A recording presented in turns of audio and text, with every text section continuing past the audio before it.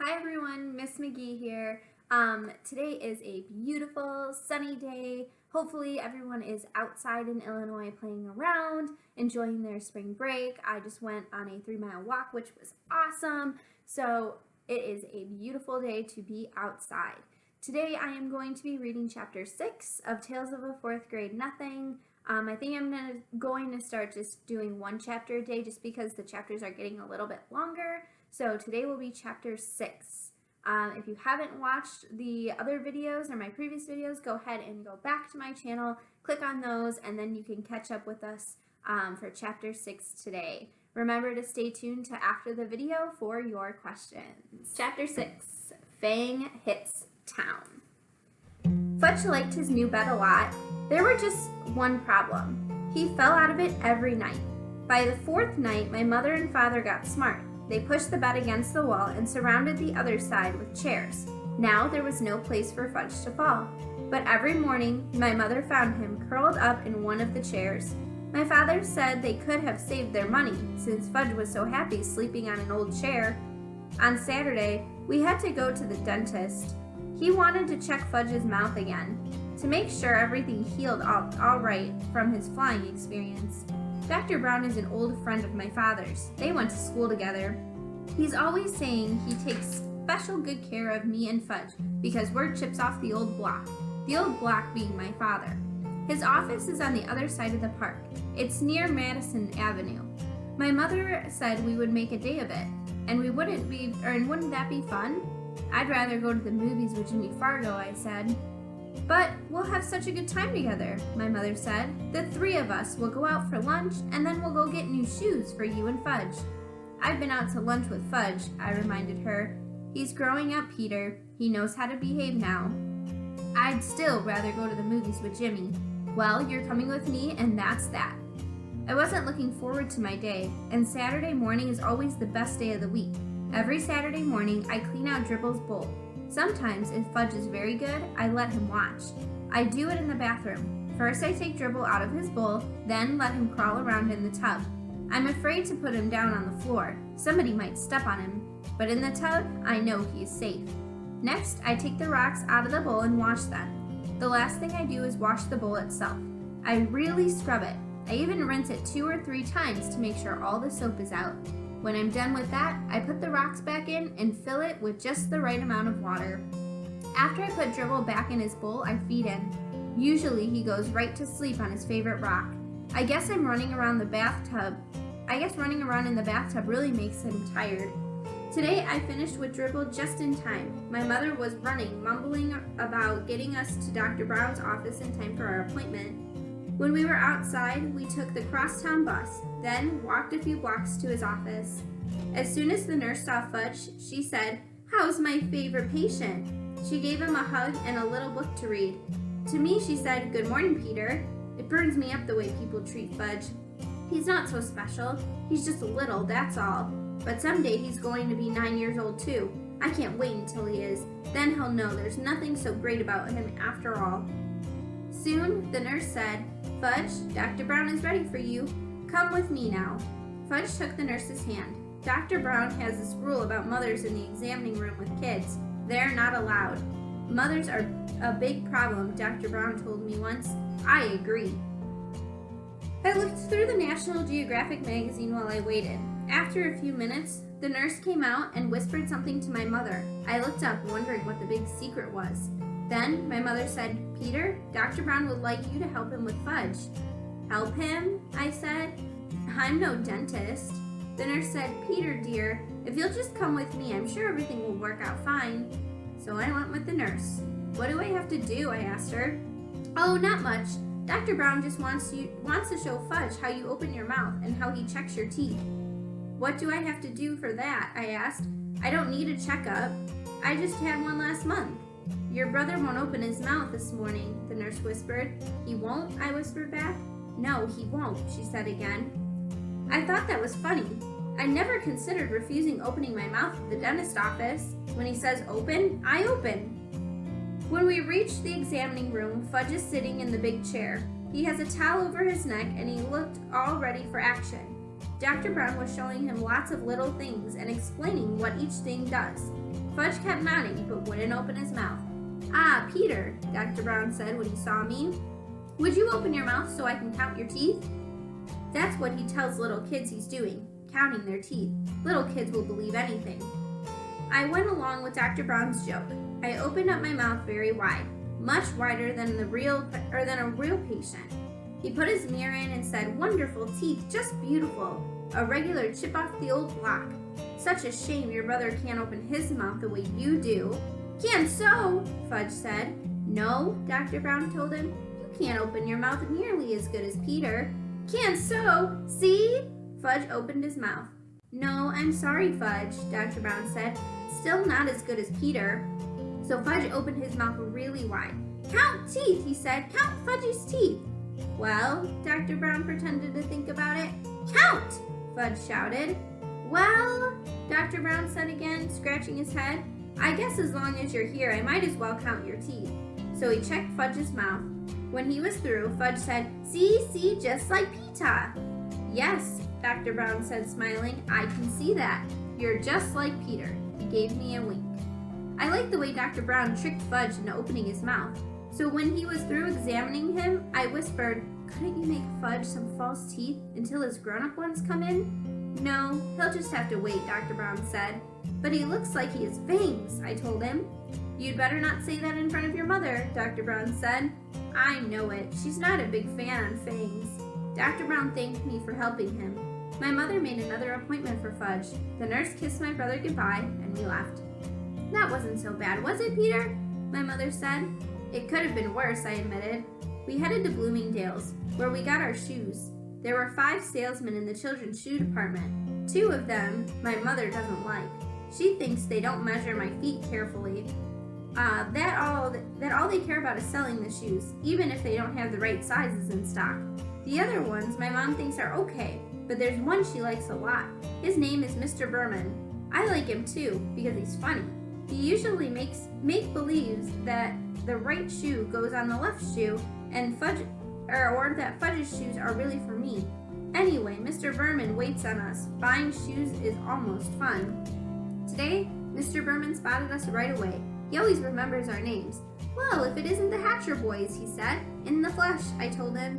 Fudge opened his mouth for Mr. Berman. See, all gone." "His teeth," my mother explained to Mr. Berman. "He knocked out the top 2 of his front teeth." "Well, congratulations," Mr. Berman said. "That calls for a celebration." He reached into his jacket pocket and pulled out 2 lollipops. He handed one to me and one to Fudge. "Ooh," Fudge said, "lolly." Mine was root beer flavored. I hate root beer, but I thanked Mr. Berman anyway. "I'll save it for later after lunch," I told him, handing it to my mother. She put it into her purse. Fudge got a lemon lolly. He ripped off the paper and started licking right away.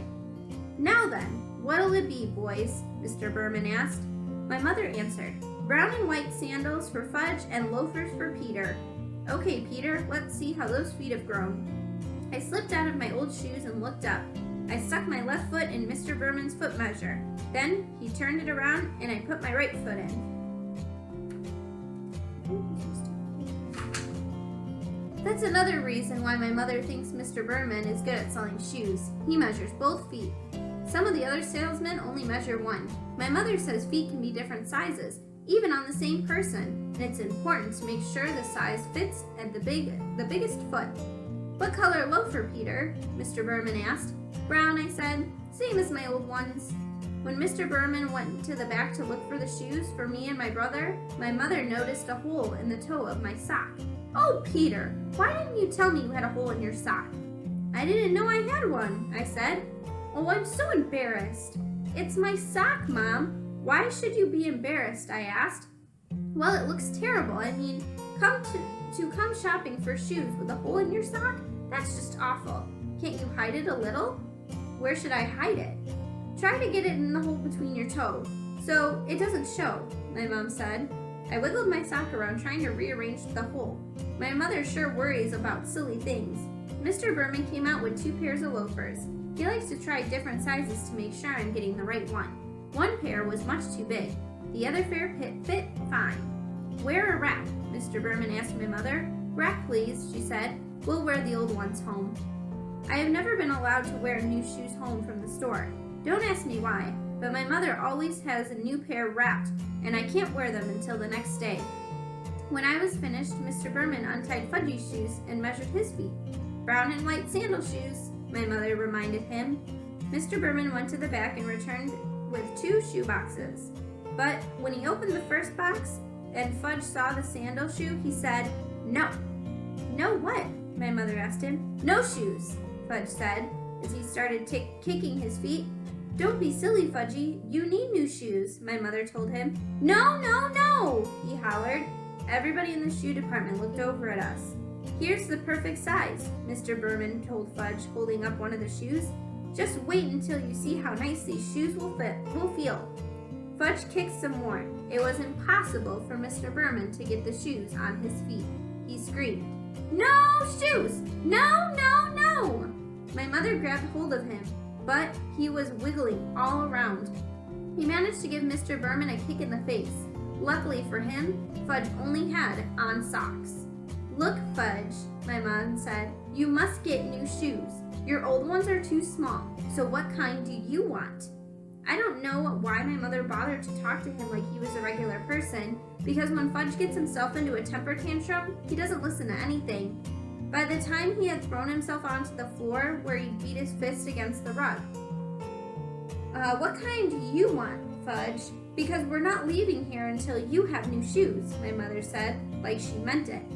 I figured we'd be here for the rest of the day, or maybe a week. How can my mother have been so embarrassed over a little hole in my sock, and then act like nothing much was happening when her other son was on the floor yelling and screaming and carrying on? "I'm going to count to 3, my mother told Fudge, "and then I want you to tell me which shoes you want. Ready? 1, 2, 3. Fudge sat up. "Like pitas," he said. I smiled. I guess the kid really does look up to me. He even wants to wear the same kind of shoes. But everybody knows you can't buy loafers for such a little guy. "They don't come in your size," Mr. Berman told Fudge. "Yes, yes, yes, like pitas," Fudge hollered. Mr. Berman held his hands and looked at my mother as if to say, "I give up." But my mother said, "I have an idea." She motioned to me and Mr. Berman to come closer. I had a feeling I wasn't going to like her idea, but I listened anyway. "I think we'll have to play a little joke on Fudge," she said. "What do you mean?" I asked. "Well, suppose Mr. Berman brings out a pair of saddle shoes in your size, and..." "Oh no," I said. "You're not going to get me to wear sandal shoes.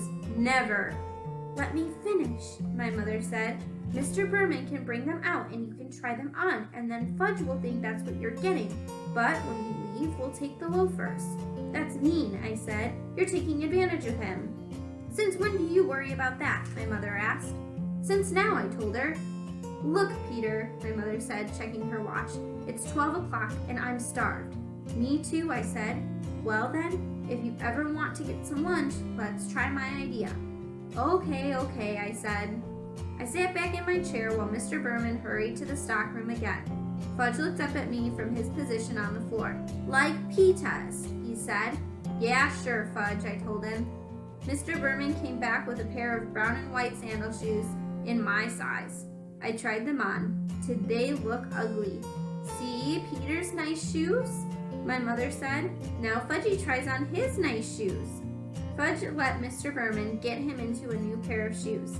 "See," he said. "See, like pitas." He held up the foot. "That's right, Fudge," I said. "Just like mine. You sure can fool this kid easily." "Wear a wrap?" Mr. Berman asked my mother while Fudge walked around in his new shoes. "Wrap, of course," she said. I wonder what my mother would tell Fudge tomorrow when I wore my new loafers. Oh well, that wasn't really my worry. It was her idea. When Fudge went back in his old shoes, our package was ready. Mr. Berman gave my brother a striped balloon. He offered one to me too. I refused.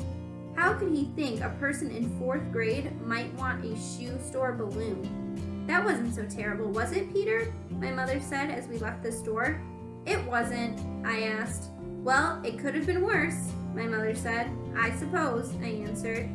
We went to the Hamburger Heaven for lunch. We sat in a booth. Fudge tossed his balloon around while my mother ordered for him and then for herself. I ordered my own lunch. A hamburger with everything on it and a chocolate milkshake. Fudge was getting a kitty special, meaning a hamburger without the roll, some mashed potatoes, and a side order of green peas. When our lunch was served, my mother cut Fudge's hamburger into tiny pieces. He shoved into his mouth, which he shoved into his mouth with his fingers. Then she handed him a spoon and told him to eat his mashed potatoes. But instead of eating them, he smeared them all over the wall. "See," he said. "I thought you told me he wouldn't behave like that anymore," I said to my mother. "Fudgy, that's naughty. You stop that right now," my mother said. But Fudge sang, "Eat it or wear it," and he dumped the whole dish of peas over his head. I laughed. I couldn't help it. He looked so silly with peas falling from his hair. And when I eat and laugh at the same time, I choke. So I choked on my pickle, and my mom had to whack me on the back, which gave Fudge another chance to spread mashed potatoes on the wall. That's when the waitress asked my mother if we needed anything else. "No, thank you," my mother said. "We have more than enough now." She wiped off the wall with her napkin and told Fudge he was very, very naughty. "Not me," Fudge said. "Not me." "Yes, you," my mother told him. "Why can't you eat like Peter? See how nice Peter eats?" Fudge didn't say anything. He just stuck his fork into his balloon. It popped and he screamed, "All gone! Want more balloon? More!" "Shh," I told him. "Can you ever act like a human?" "That's enough, Peter," my mother said. She should have slugged him. That would teach my brother of mine to behave in hamburger heaven. We took a cab home. Fudge fell asleep on the way. He had his fingers in his mouth and made a slurping noise. My mother whispered to me, "Our day wasn't that bad, was it, Peter?" I didn't answer. I just looked out of the taxi window and decided that I would never spend a day with Farley Dextro Hatcher ever again. All right. Today's after reading response questions are: number 1. Why did Dr. Brown need Peter's assistance while he was checking Fudge's teeth? Number 2. How did Peter's mother trick Fudge into buying new shoes? Number 3. Describe the events that happened in the beginning, middle, and end of this chapter. Number 4. How did Peter describe the saying chip off the old block? And number 5. This is a connection. Try to make a connection between yourself and one of the characters in the book. For example, maybe there was a time that you went to buy shoes and you didn't like what your parents wanted you to get. Alright, I will be back here tomorrow to read Chapter 7. I hope you enjoyed Chapter 6 and all the other chapters that I have read for you in the past. Again, make sure that you are being kind, that you are making sure that you're being good to your parents, and as always, be positive, always smile, and try to make somebody's day. I will see you tomorrow for our Friday reading. Alright, bye!